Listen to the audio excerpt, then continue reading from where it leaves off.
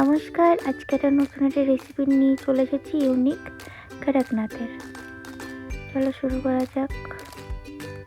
প্রথমে আমাদের লাগবে রসুন, আদা এবং পেঁয়াজ এক সাইড করে রেখে দেবো। এরপরে কয়েকটা আলু কেটে সাইডে আমরা রেখে দেব। একটা মশলা তৈরি করব যার মধ্যে থাকবে রসুন, আদা, লঙ্কা, ধনে এবং জিরে। আপনারা আপনার পরিমাণ মতন মশলা অ্যাড করতে পারেন বা কমাতে পারেন। দেখুন কেমন টেক্সচার এসেছে, ঠিক এরকম একটা টেক্সচার আসবে। এবার একটা মশলা তৈরি করব যার মধ্যে থাকবে আস্ত কিছু গরম মশলা। এরপরে কড়াইটা গরম হয়ে গেলে কিছুটা সর্ষের তেল দিয়ে আমরা একে একে আলু ভাজা করে নেব।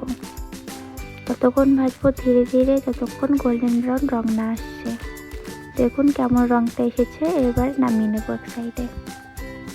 এরপরে একে একে তেজপাতা এবং জিরে ফোড়নে দিয়ে দেবো। তারপর আমরা দিয়ে দেবো পেঁয়াজ। ভাজবো আমরা যতক্ষণ এটাও গোল্ডেন ব্রাউন না চলে আসে। এরপর আমরা যে মশলাটা করে রেখেছিলাম সেই মশলাটা আমরা অ্যাড করে দেবো।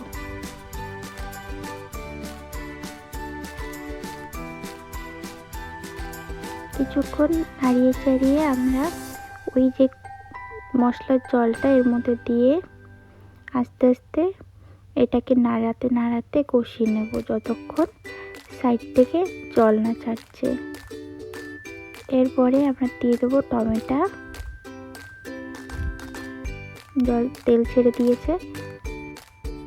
মাংসটা দিয়ে দেবো একে একে করে। দেখুন কড়কনাথের মাংস বলে কথা, কেমন কালো কালো দেখে বুঝতে পারছেন। এবার আমরা একে একে লবণ অ্যাড করে দিয়েছি, দেখতেই পাচ্ছেন পরিমাণ মতন, স্বাদ মতন। আপনারা আপনার স্বাদ মতন লবণ অ্যাড করতে পারেন। তারপরে আমরা 2 কাপ গরম জল করে নিয়েছিলাম। গরম জল দেওয়ার পরে যখন জাল উঠে গেছে তখন আমরা আলু দিয়ে দিয়েছি।